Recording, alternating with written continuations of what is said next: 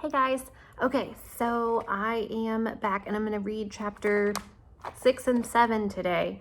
But I want to start with, I have set up my own little area now.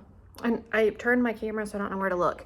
So I've turned my little corner of my living room into my little reading area now. And I've got two whiteboards behind me. And so this one says, "It is Missed You Monday." And at the bottom, it says, what was the highlight of your weekend? So then over here, I have my email, and you can email me what your highlight of your weekend was, and I will email you back. So I look forward to seeing what you did this weekend and what your favorite part of your weekend was. So let me know what it was. All right, so when we think back to chapter 4 and 5, which is what we read like Thursday last week, because I didn't read Friday since we did the tour or the parade or whatever you want to call it, which I was so excited to see you guys. Okay, so chapter 4 and 5, basically Shiloh showed up at Marty's house while Marty has been trying to put together all this money to try to buy Shiloh from Judd Travers. Anyway, he shows up at the house and he can tell that something's bothering him. And he's like, I am not letting this dog go back to Judd now. He's here, he's mine, I'm keeping him. So but he knows he can't let his family see, because his mom and his dad are going to say, no way, Jose, you have to take him back to Judd. So he takes him up in the hills, not far from his house, but he knows that Judd won't come over to that section of the hills because it's his parents' land. He won't come onto that part of the land. So he sets up this little spot for Shiloh with like a little fence and a food and a water bowl, and he's having to sneak his leftovers from dinner over to Shiloh so that Shiloh can eat. And then he takes him out and lets him play, but he keeps him in this little pen area that he has set up. Okay, so he comes back from feeding him one night and the family's in the yard, and when he gets there he realizes, oh no, Judd is here. And Judd is there looking for his dog.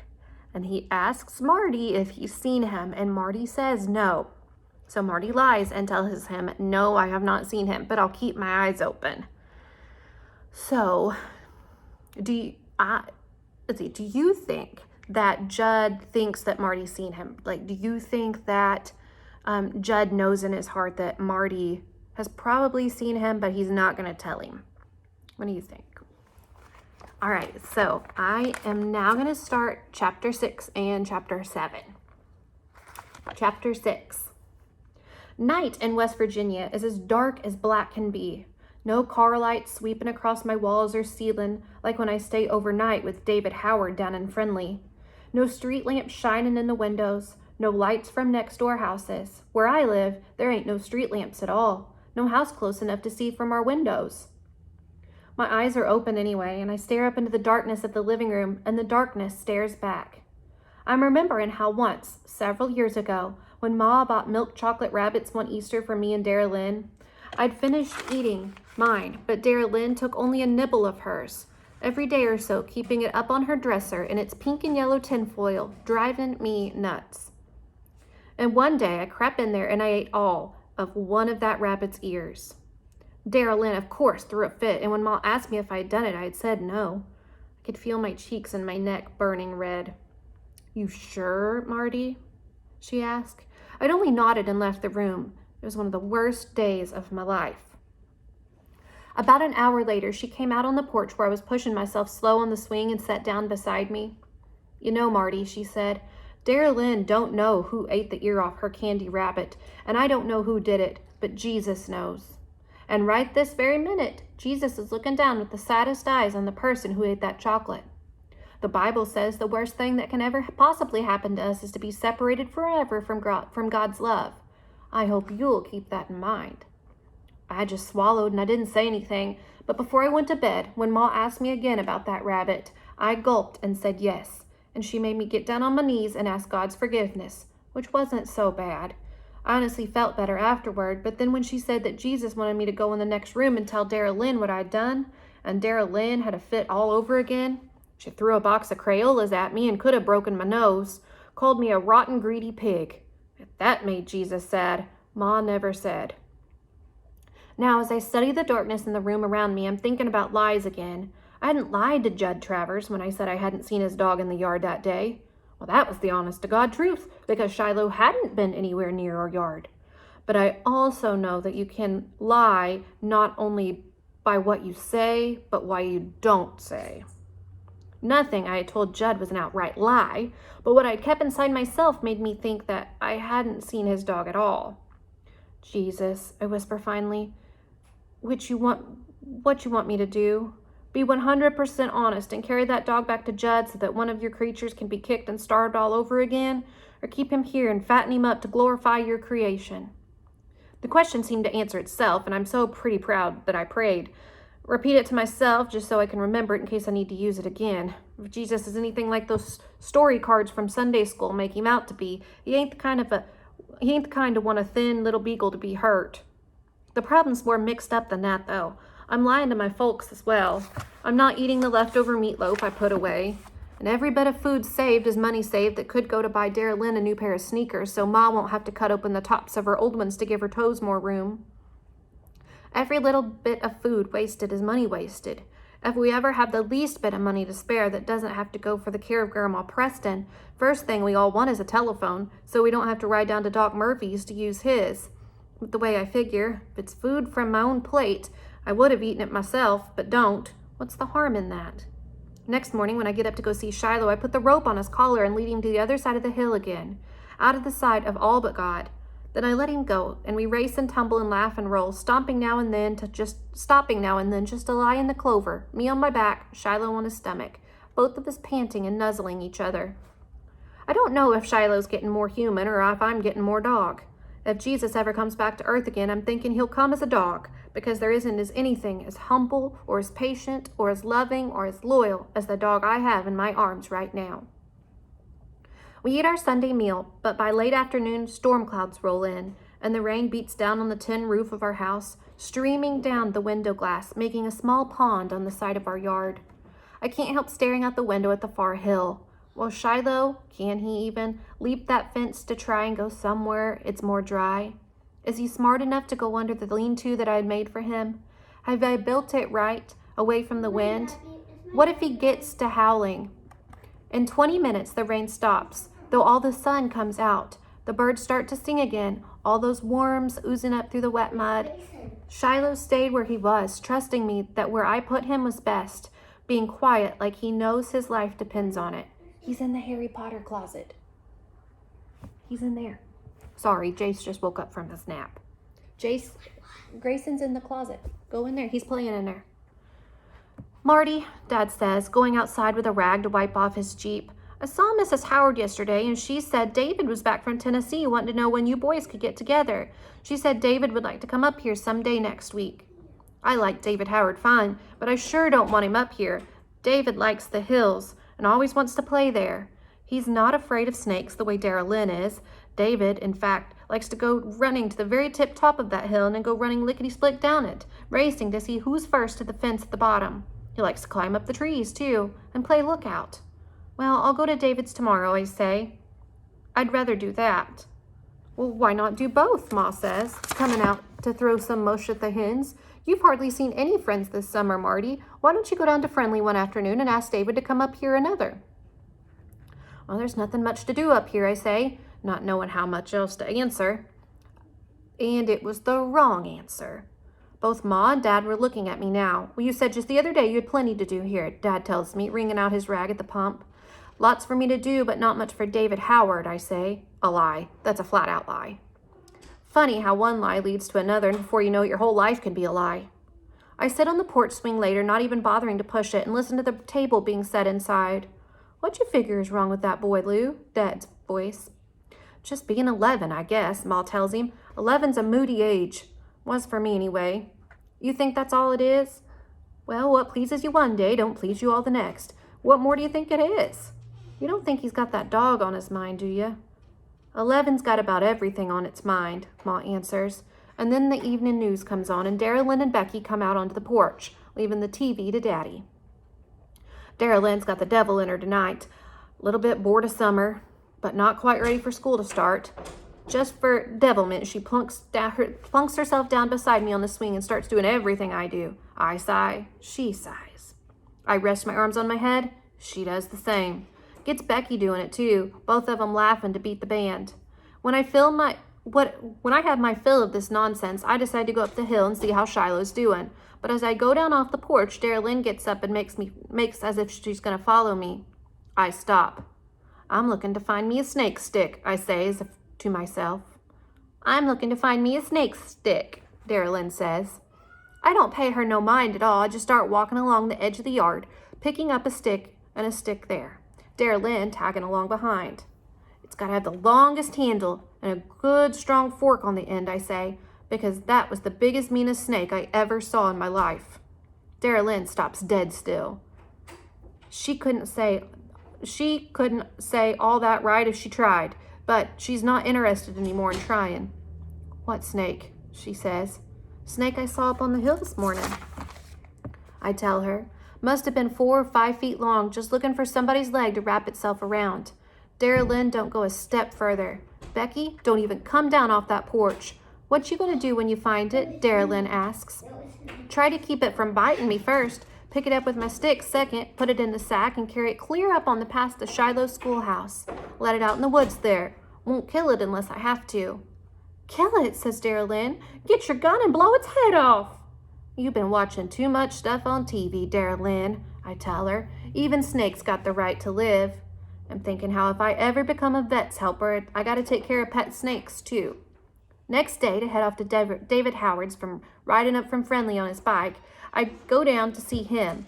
I tended to Shiloh first, taking a fistful of scrambled eggs left over from breakfast, a bit of bacon, and a half a slice of whole wheat toast that I stuck in my jean pocket. It's not enough for the dog, I know, but probably more than he'd get from Judd.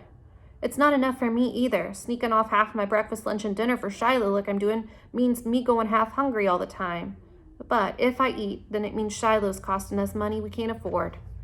I fill my pockets with wormy peaches before I set out for Friendly, biting off each piece, spitting it out in my hand, and picking out the worms before I put it back in my mouth. It pleased me that Shiloh was sleeping in his lean-to when I'd gone up that morning. The ground was dry under there, and I'd brought up some old gunny sacks from the shed for him to lie on. Made it seem more like a bed to him, more like a home. The walk to Friendly takes a good long time unless I hitch a ride. I'm not allowed to get in the car with somebody I don't know, but Dad being the mail carrier for this part of the county, I know most everybody who goes by. The first person to come along this day, though, is Judd Travers. When I hear the sound of a motor and turn around to see his truck slowing down, I turn forward again and keep on walking. But he pulls up beside me. Want a lift? He sings out. No, thank you, I say, almost there. Well, where are you going? I couldn't think fast enough to lie. David Howard's. Well, boy, you ain't even halfway. Hop in. I know I don't have to unless I want, but he's already making it suspicious. That'll only make it worse, so I get in. You see my dog yet? Just the first thing out of his mouth. Well, I've been looking all over the roads, I tell him in an answer. No beagle. Well, I don't think he'd stick to roads, Judd says. Not a dog as shy as him. Shy as a field mouse, except when he's around rabbits. That's what the man said who sold him to me, and he sure was right about that. Well, how much did you pay for him, I ask. I got him cheap because he's shy. $35. Worth a lot more than as a hunting dog, if I could just keep him home. You got to treat a dog good if you want him to stick around, I say, bold as brass. I want that. Jess, I am reading. I want my toys. Well, you can have them in a minute. I have to use them to hold my phone up. Honey, I am recording. You got to go in there, okay? Sorry. It's not in here. Okay. Mom, it's not coming in. What you know about it? Judd jerks his head in my direction and then turns the other way and spits his tobacco out the window. You never even have a dog, have you? I figured a dog's the same as a kid. You don't treat a kid right, he'll run off first chance he gets too. Judd laughs. Well, if that was true, I could have run away when I was 4. Far back as I can remember, Pa took a belt to me. Big old welts on my back so raw I could hardly pull my shirt on. I stuck around, didn't have any place else to go. I turned out, didn't I? Well, turned out how? The boldness in my chest is growing and taking up the air. Now Judd sounds mad. You trying to be smart with me, boy? No, I'm just asking how you turned out. Somebody who was beat since he was 4? I feel sorry is what I feel. Judd's real quiet a moment. Then a big old wad of tobacco in his cheek bobs up and down. Don't go wasting your sorry on me, he says. Nobody ever felt sorry for me, and I never felt sorry for nobody else. Sorry's something I can do without. I didn't say anything at all. We reach the road where David Howard lives, and the truck slows down. I can walk from here, I tell him, thanks, and I get out. But as I come around the truck to cross the street, Judd leans out the window. Like I said, that dog's a shy one. Don't think you'll see much of him near the road, but you keep an eye out for him in the fields. That's where he'll be, more than likely. You see him, all you gotta do is whistle. That's what I taught him. I whistle and he comes to me. He gets fed. But he does something and I don't like it, I kick him clear to China. You can see him, just whistle, then hang on to him and I'll come pick him up. You hear? I hear, I tell him, and I keep walking. Okay, chapter 7. Hold on just a second. Boys, I am recording the book. Go in your room. Ah, my phone fell. Go to your room. No, go. No, go. Now, 1, 2. Yes. Sorry. Okay, chapter 7. David Howard's house is about twice as big as ours for about half as many people, only him and his ma and dad. Mr. Howard works for the Tyler Star News in Sisterville, and David's ma is a teacher. They're always glad to have me come down for a visit, partly because David and I are best friends, and partly, I think, because their old house is so big the 3 of them get lost in it. It's got 2 floors, 3 counting the basement, and 4 counting the attic. Has 4 bedrooms upstairs, 1 for David, 1 for his folks, 1 just for company, and 1 for his father's books with a computer in it. Downstairs, there's a big kitchen, a dining room with a fancy light hanging over the table, a parlor, and a side room with lots of windows just for plants, plus a porch that runs along 3 sides of the house. I told Ma once that the Howards had a room for just about any company, a room for books and a room for plants, and she said that 3 rooms too many. First time I ever saw any envy in my ma. David says the house used to belong to his great-granddaddy, and I figured it to be David's someday. Like maybe our little house in the hill and the meadow and the far woods will belong to me and Shiloh, except I'd probably have to share it with Darylyn and Becky and whoever they marry, and well, that's a whole lot of people for 4 rooms. Marty, Mrs. Howard says when I ring their doorbell that sounds like church chimes. We're so glad to see you. Come on in. She always means it, too. It's as though she thinks about me even when I'm not there. Then David comes whooping down the stairs, carrying a helicopter that flies when you pull a string, and pretty soon they're out in the backyard, chasing around the helicopter and telling each other what we've been doing for 6 weeks since school let out. I got to bite my tongue and not let out on Shiloh. We sit on David's back steps and eat popsicles. His mom made out of pineapple juice. I tell David about the fox I saw with the gray body and a red head, and he tells me about his aunt's Siamese cat that yowls just for the pure joy of making noise. Then I tell him about Judd Travers and how mean he is to his dogs, not mentioning Shiloh, of course, and then David said he's got a surprise to show me. We go upstairs to his room, and David says he got a pet and asks me if I want to hold it. Well, sure, I tell him, what is it? Well, sit down and close your eyes and hold out your hands, says David. I sit down on the edge of the bed and close my eyes and hold out my hands. I expect something warm and wiggly and furry to plop in my arms, but instead I feel something cold and round and plastic, and when I look, it's a fishbowl with sand in it and a hermit crab scurrying around with a shell on its back. This is a pet? My first pet, David says. His name is Hermie. See all those shells in there? We bought them for him. At night he gets out of one of them and puts on another, just like changing clothes. I look at David and I look at the crab in the fishbowl, and I want to tell him about Shiloh and how we run up and down the far side of the hill every day and roll in the grass and how he licks my face. But I can't tell him anything. Not yet. Not ever, maybe. Hermie's sort of fun, though, when we get out David's old blocks, the kind you play with back in kindergarten, and we build this big maze with the walls on both sides, and then we put Hermie in it. And he skids along the maze looking which way to go, and we laugh when he gets himself in a dead end. I guess any kind of pet's okay once you get used to it, but I wouldn't trade Shiloh for all the hermit crabs in the world. When can I come up to your house? David asked me when we put the blocks away. Well, I don't know, I tell him. Ma's had this sort of headache lately, and she can't take any noise at all. Boy, am I sure asking for trouble with that one. Or we could stay out on that big hill, David suggests. Chase around in that field, play lookout. I don't think we ought to until she's feeling better, I say. I'll let you know. Maybe I can come down here next week, maybe. I tell Mrs. Howard I gotta be home by late afternoon to help out, and she says surely I can stay for lunch, which is what I was hoping. And I sit down at the table with placemat, which are little doll-sized tablecloths, one under each plate. Mrs. Howard's made us each a chicken salad sandwich with lettuce and tomato and a toothpick with olives on top of it to hold it together. David's ma is like that. I think it's because she's a teacher. She's always looking for ways to make something better than it is. She does the same with boys. She don't just leave us to eat by herself. My ma packs us a lunch and lets us eat it out in the woods. Mrs. Howard always sits down to eat with us and talks about grown-up things. Today she tells us about how we've got some new people elected to office who are going to be more honest, she hopes, than the people they defeated, and how the county is going to be better because of it. And so with the whole state of West Virginia. David's ma thinks big. You can't just go on electing people to the government because they were friends with your father or your grandfather, she says, chewing on a bite of celery. Mostly I'm thinking about the food. I eat every bit of my chicken sandwich. I'm so hungry I don't even save some for Shiloh. Then I'm ashamed of myself. Mrs. Howard notices the way I pick up every little crumb and says, well, I've got enough chicken salad left for another half a sandwich, Marty. Would you like it? Well, it sure would taste good on the walk back home, I tell her, and she sits right to work wrapping it up for me. Shiloh's dinner, I tell myself. But lunch isn't over yet. After the sandwich, there's tapioca pudding and chocolate-covered graham crackers, which I love almost as much as Christmas. I don't see any way to put the pudding to Shiloh, so I eat that. But I ask if I can take a couple cookies along to eat on the way home, too. And she opens the sack and sticks in 6 more cookies. Ma would have blushed with shame if she heard me ask this, but seems I'm at the point where I'll do almost anything for Shiloh.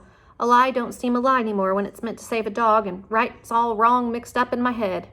Worse than that, when I leave David's house, I don't even head home. First, I go down the street to the corner store and ask Mr. Wallace, does he have any sort of old cheese or lunch meat he can sell me for cheap? I got 53 cents for the cans I collected so far that Dad turned in for me, and I show Mr. Wallace how much I got. Well, Marty, let me see what I can find back here, he says, leading me into a little room behind the counter. He's sort of talking without looking at me, the way folks do when they don't want to embarrass you. I got some stuff here that's not exactly spoiled, but it's too old to sell. You wouldn't want your family getting sick on it, though. I blushed then because my dad would die of embarrassment if he knew that Mr. Wallace is thinking that I'm buying this food for our family. But there's no way in the world I can let on about Shiloh. I gave him all the change I got, and he lets me have a big old hunk of cheese, moldy on one side, and a carton of sour cream, and a half a package of frankfurters that somebody opened and bought 5 of. I'm happy as a flea on a dog. Somehow I know without asking that Mr. Wallace isn't going to go telling folks about it because some people here tend to keep quiet on someone else's business. Well, next problem I gotta solve though is how I'm gonna keep all this stuff from spoiling in the July heat. I can't keep it in our refrigerator or Ma would notice right off. When I get home, Ma's ironing and watching TV and Darylyn and Becky's out on the front porch with paper dolls spread out all over the place. So I fish around out in the shed till I find an old high-C can. I sneak up off the hill with the can and all the food I got with me. Then, with Shiloh watching, I put a rock in the bottom of the can to hold it down. I set it in the cool stream, and I surround it with rocks, then put the container of sour cream, the frankfurters, the cheese, and the cookies in there. I put the plastic lid on it and set a large rock on top of it to keep the raccoons out. I'm so proud of myself, I like to crow.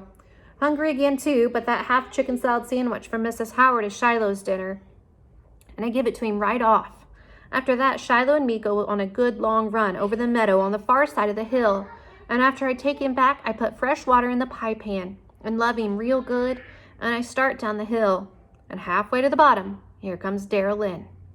What are you doing up here? I ask her, heart starting to thump. I just wanted to see what you're doing, she complains. You go up here every day almost. You left Becky by herself while Ma's ironing. Well, Becky's okay, and she turns and follows me back down the hill. Shiloh, up in the pen, doesn't make a sound. Oh, that smart dog he is. Well, I was looking for that snake again, but he's hiding from me good, I tell her. You still didn't get him, she asks. When I look back, she's got her eyes to the left, then to the right. You don't even take your snake stick, she says. She's a smart one, too. Well, got me a stick back up on the hill, I tell her. How many snakes you figure are up here, Marty? Oh, about 29 that you can see. Baby snakes all over the place, though, hiding, growing into big ones all the time. Darylyn's walking faster now, hurrying to get on by me, watching every place she sets her foot. I don't feel good about the lies I tell Darylyn or David or his ma, but I don't feel exactly bad neither. If what Grandma Preston told me once about heaven and hell is true and liars go, you know where they go, and then I guess that's where I'm headed. But she also told me that only people are allowed in heaven, not animals. And if I was to go to heaven and look down to see Shiloh left behind, head on his paws, well, I'd run away for sure. Okay, so we're going to stop there. Don't forget, if you want to send me your best thing that happened to you this weekend or best thing you did, and then my email address. I know it's really long. Sorry, a lot of typing. Okay, well, I'll see you tomorrow and we'll read chapter 8 and 9. We're almost done with the book. We've got, let's see how many chapters we've got left real fast. And sorry about Grayson and Jace. I'll make sure that they stay busy tomorrow.